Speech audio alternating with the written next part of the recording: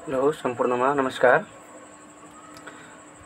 आज हामी शिक्षक सेवा आयोगको प्रावि, निमावि र मावि साथै शिक्षक लाइसेन्स तथा प्राविधिक सहायक, विद्यालय निरीक्षक र स्थानीय शिक्षा अधिकृतको कोर्समा आधारित रहेर केही वस्तुगत प्रश्नहरू ल्याएका छौँ र यो वस्तुगत प्रश्नहरू तपाईको इन्टर, ब्याचलर र मास्टर डिग्रीका शिक्षा विषयबाट बनाएको छ। यो एकदम आधिकारिक हो। हामीले जुन अब्जेक्टिभ प्रश्नहरू बनाएका छौँ यी प्रश्नहरू आधिकारिक किताबबाट भएको कारणले गर्दा यसमा कुनै संकोच मान्नु परेन। ल अब हामी प्रश्नतिर लागौँ साथीहरू। प्रश्न नम्बर 1, मोटर आइरहेको बाटोद्वारा जाँदा मोटरले किचेर मरिन्छ भने छेउ लाग्नु कस्तो शिक्षा हो? है, हाम्रो प्रश्न के त? मोटर आइरहेको बाटोद्वारा जाँदा मोटरले किचेर मरिन्छ भने छेउ लाग्नु कस्तो शिक्षा हो त? अ औपचारिक शिक्षा, आ अनौपचारिक शिक्षा, ई अनियमित शिक्षा, दीर्घ ई प्रत्यक्ष शिक्षा। यो कुन होला है तपाईहरु भन्नु त? प्रश्न त बुझ्नु भएको छ नि? भनेको एकातिरबाट मोटर आइरहेछ, हामी गइरहेछौँ, अब गएपछि त्यही मोटरले त किचेला भनेर के हुन्छ, हामी छेउ लाग्छौँ, साइड दिन्छौँ। यो कस्तो प्रकारको शिक्षा होला त? यसको राइट एन्सर हो ई अनियमित वा अतिरिक्त शिक्षा, या त यसलाई अकस्मात पनि भनिन्छ। अचानक सिक्ने हो यो। हामी पहिला प्लानिङ गरेका हुँदैनौँ। जब गाडी आउँछ, मोटर आउँछ अनि मात्रै हामी के गर्छौँ त सचेत हुन्छौँ। त्यो भएर के हो त? अनियमित शिक्षा हो। र यो तपाईको ब्याचलर को शिक्षाको किताबबाट हो। यो तपाई हेर्न सक्नुहुन्छ त्यहाँ गएर। त्यस्तै तपाईको क्वेशन नम्बर 2 हामी हेरौँ।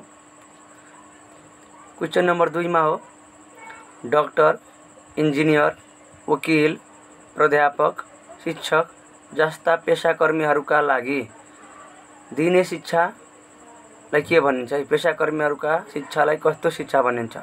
डाक्टर, इन्जिनियर, वकिल, प्राध्यापक, शिक्षक जस्ता पेशाकर्मीहरूका शिक्षालाई कस्तो शिक्षा भनिन्छ?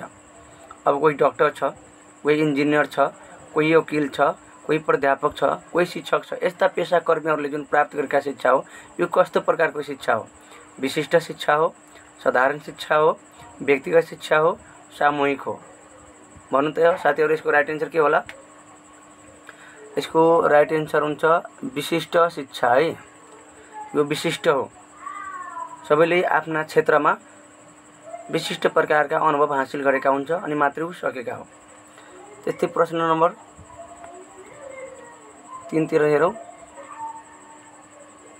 प्रश्न नम्बर 3, पृथ्वीमा ज्ञान भन्दा शुद्ध चीज अरु केही छैन। यो त सबैलाई थाहा होला, धेरैलाई थाहा होला।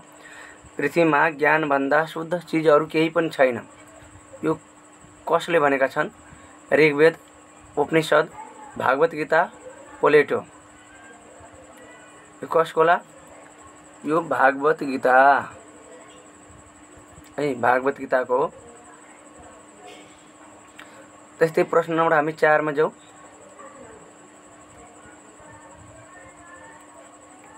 प्रश्न number 4,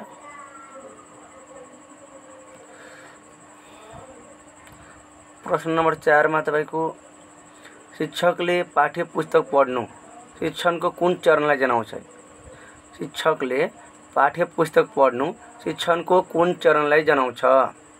pre active phase, interactive phase, post active phase, none of above. अब प्री एक्टिभ फेज भन्नाले के त?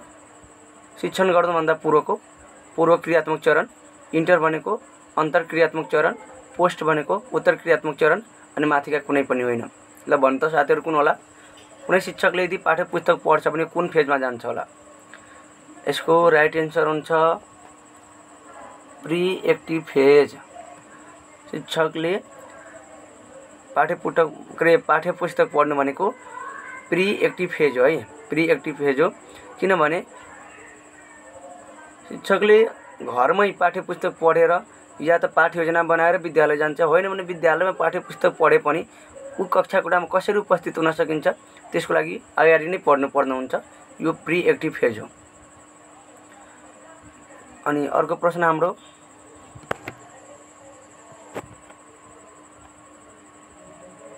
प्रश्न नंबर 5। अब प्रश्न नंबर 5 में जाऊ। बाल अधिकार महासंधि अनुसार बाल अधिकार का पक्ष कुन होइन?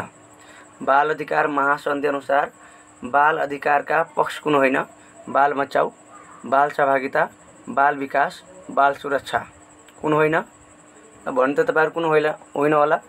यसको राइट आन्सर हो बाल सुरक्षा। यो हुँदैन। यसको बाल बचाउ हुन्छ, बाल सहभागिता हुन्छ, बाल विकास हुन्छ र बाल संरक्षण हुन्छ है। सुरक्षा होइन, संरक्षण हुन्छ। चारवटा बबी स भनेर याद गर्नुस्। ब भनेको बचाउ, बी भनेको विकास, स भनेको सहभागिता, अर्को स भनेको संरक्षण। बबी स। त्यस्तै प्रश्न नम्बर अर्कोतिर अब हेर्नु।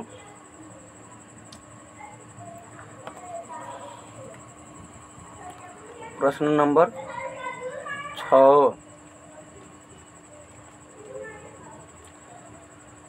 तलका मध्ये समाजिकीकरणका मुख्य निकाय कुनलाई मानिन्छ?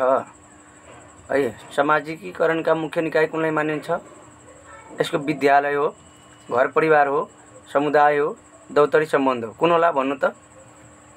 यसको राइट आन्सर हुन्छ घर परिवार।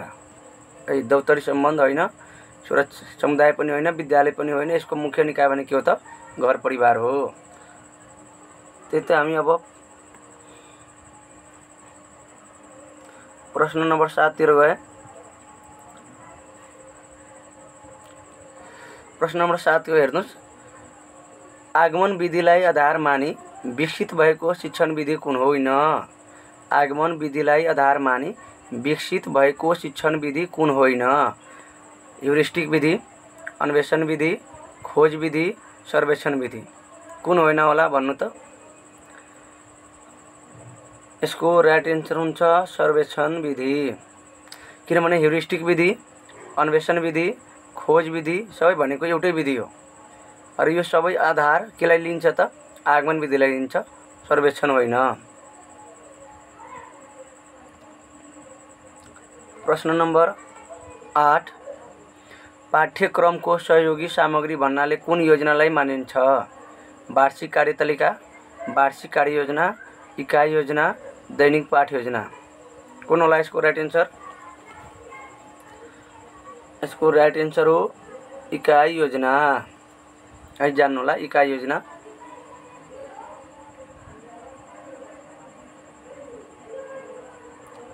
इकाई योजना। प्रश्न नंबर 9।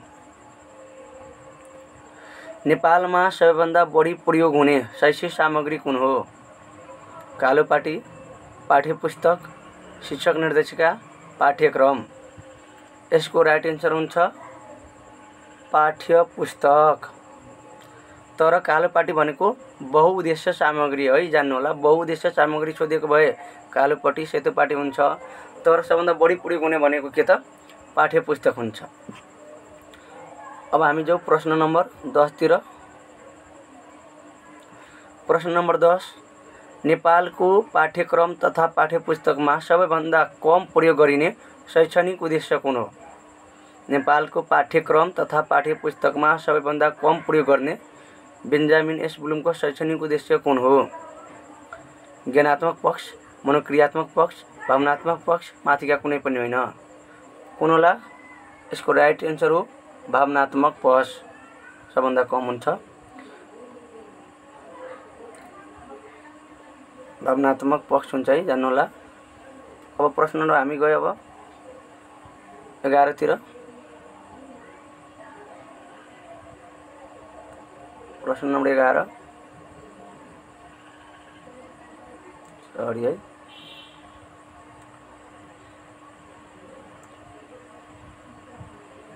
प्रश्न नंबर 11। मनोविज्ञानको शाब्दिक अर्थ तलका मध्ये कुन हो?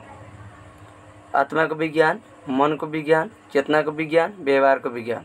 भन्नु त कुन होला? मनोविज्ञानको शाब्दिक अर्थ कुन होला भन्नु त? यसको राइट आन्सर हुन्छ व्यवहारको विज्ञान। है, व्यवहारको विज्ञान। हुन त आत्माको विज्ञान पनि यसको शाब्दिक अर्थ नै हो, मनको विज्ञान पनि शाब्दिक अर्थ नै हो, चेतनाको विज्ञान पनि शाब्दिक अर्थ नै हो, व्यवहारको विज्ञान पनि शाब्दिक अर्थ नै हो। अब यसमा कस्तो 3 खाले प्रश्न हामी हुन्छ है, जान्नु होला। यसमा भनेको सुरुमा मनोविज्ञानको शाब्दिक अर्थ भन्नाले के बुझिन्थ्यो भनेपछि के हो त आत्माको विज्ञान सुरुमा, तर हाललाई के बुझिन्छ भने व्यवहारको विज्ञान। तर केही नसोधेर मनोविज्ञानको शाब्दिक अर्थलाई मध्ये कुन हो भनेर सोध्यो भने व्यवहारको विज्ञान, किनभने अहिले चलेको त यही हो नि त। आखिरमा यो 4वटै भने पनि यो शाब्दिक अर्थ नै हो, यो शब्दले दिने अर्थ नै हो। त्यो भएर अहिले चलेको कुन त व्यवहारको विज्ञान हो, र जसले गर्दा हामी के गर्छौँ त व्यवहारको विज्ञान लाउनु होला।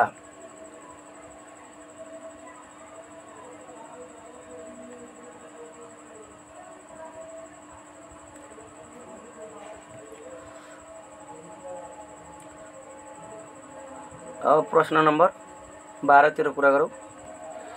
थ्योरी अफ एसोसिएसन भनेर कुन सिकाइ सिद्धान्तलाई चिनिन्छ? थ्योरी अफ एसोसिएसन भनेर कुन सिकाइ सिद्धान्तलाई चिनिन्छ? शास्त्रीय, कार्यपरक, प्रयत्न तथा भूल, अन्तर्दृष्टि। यसको राइट एन्सर हुन्छ शास्त्रीय। अब धेरैजनाले प्रयत्न तथा भूल पनि ल्याएको हुनुहुन्छ होला, तर प्रयत्न र भूल पनि गलत होइन। तपाईँ हेर्नु होला किताबहरुमा छ। सहचार्यको सिद्धान्त भनेको शास्त्रीयतिर पनि छ, प्रयत्न तथा भूलतिर पनि छ है। एसोसिएसन भनेको सहचार्यको सिद्धान्त पनि भन्छ यसलाई, यो दुवैतिर हो। तर सुरुमा आएको कुन त शास्त्रीय आएको कारणले गर्दा हामी के लाउनु पर्यो त ठिक एसोसिएसनको कुन हो त शास्त्रीय लाउनु पर्यो। यदि शास्त्रीय अप्सन छैन भने प्रयत्न तथा भूलमा लाउनु पर्छ। यदि कुनै अप्सनमा शास्त्रीय र प्रयत्न भूल दुवै जोडेर राखेको छ भने के त त्यही हुन्छ है, जान्नु होला। यदि शास्त्रीय पनि छ छुट्टै, प्रयत्न भूल छुट्टै छ भने शास्त्रीय भयो। शास्त्रीय छैन प्रयत्न भूल छ भने त्यही भयो। यदि दुईटै जोडेको कुनैमा छ माथिका दुवै भनेर भने शास्त्रीय र प्रयत्न भूल दुवै हुन्छ है, जान्नु होला। हामीले यसमा बढी गरेर कस्तो प्रश्नहरु बनाएको छ, जुन तपाई दोधारे प्रश्नहरु हुन्छ नि त, धेरैले यसको राइट एन्सर के होला, कसरी लाउनु होला, कसरी पढ्नु होला, हो त्यस्ता प्रश्न हामीले लिएर आएका छौं बढी, कि तपाईको यो दोधारे नरहोस्। र यो हामी सबै आधिकारिक बुकबाट ल्याएको कारणले गर्दा तपाई ढुक्क भएर याद गर्दा हुन्छ। अर्को, वातावरणको सबभन्दा बढी प्रभाव पर्ने मानव विकास अध्ययनको विधि कुन हो? मानव विकास अध्ययनका धेरै विधिहरु छन् नि, तपाईलाई थाहा होला। लम्बीय विधि, क्षितिज विधि, अनि तपाईको कोहर्ट विधि, मिश्रित विधि, अवलोकनीय विधि। यी विधिहरु मध्ये वातावरणको सबभन्दा बढी प्रभाव कुनमा पर्छ भनेको कुनमा पर्छ भन्नु त? कुन होला तपाईको राइट एन्सर? यसको राइट एन्सर हो लम्बीय विधि है। लम्बीय विधि लामो समयसम्म गरिरहने हुनाले यसमा वातावरणको ठूलो प्रभाव पर्छ। अर्को प्रश्न,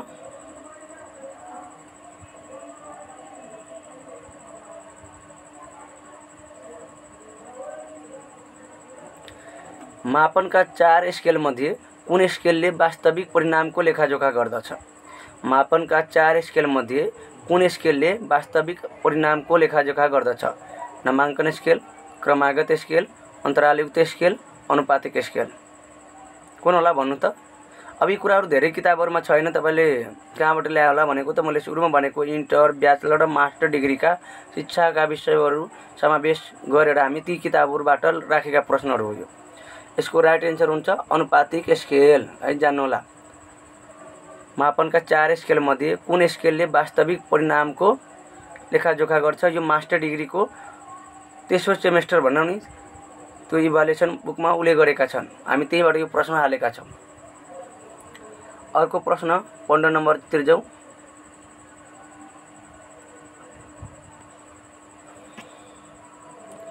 आन्तरिक परीक्षामा उच्च अंक पाएका विद्यार्थीले बाह्य परीक्षामा समेत उच्च अंक प्राप्त गर्नु कुन वैधता हो? पूर्वकथनात्मक वैधता, समवर्ती वैधता, पार्श्व वैधता, रचनात्मकता वैधता। कुन होला भन्नु त? आन्तरिक परीक्षामा उच्च अंक पाएका विद्यार्थीले बाह्य परीक्षामा समेत उच्च अंक प्राप्त गर्नु कुन प्रकारको वैधता हो भनेको कुन होला भन्नु त? यसको राइट एन्सर हुन्छ पार्श्व वैधता है। पार्श्व वैधता, पार्श्व भनेको भूतकालमा आधारित वैधता पनि यसलाई भनिन्छ, हामी त्यो जान्नुपर्छ। पूर्वकथनात्मकलाई भविष्यमा आधारित वैधता पनि भनिन्छ। हाम्रो भिडियो तपाईलाई मन पर्यो भने लाइक, शेयर र सब्स्क्राइब गर्न नभुल्नु होला। साथै तपाईको जिज्ञासा के हो त्यसको बारेमा कमेन्ट पनि लेख्न सक्नुहुन्छ। हामीले कमेन्ट गर्दा तपाईले भनेका कुरा हामी मनन गर्नेछौँ। र अर्को कुरा हामी के भन्न चाहन्छौँ भने हामीले इन्टर, ब्याचलर, मास्टर डिग्रीलाई आधार मानेर प्रश्नहरू बनाएको कारणले गर्दा एकदमै ढुक्क भएर तपाईँ पढ्दा हुन्छ। यसमा कुनै प्रकारका गल्ती, कमी, कमजोरी सायद नहोला। त्यही भएर आजलाई हामी यो भिडियो यति नै राखौँ। नमस्कार।